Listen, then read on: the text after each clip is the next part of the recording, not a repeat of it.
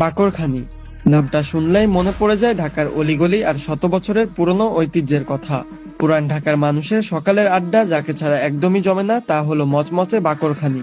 আর এই রাজকীয় স্বাদ নিতে আপনাকে আর যানজট ঠেলে ঢাকা যেতে হবে না, কারণ সেই আসল স্বাদের বাকরখানি এখন আমাদের ফুলতলায়।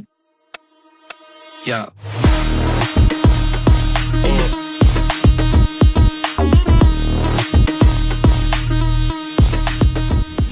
বাকরখানি দেখতে কিছুটা বিস্কুটের মতো হলেও এর স্বাদ কিন্তু একেবারেই আলাদা।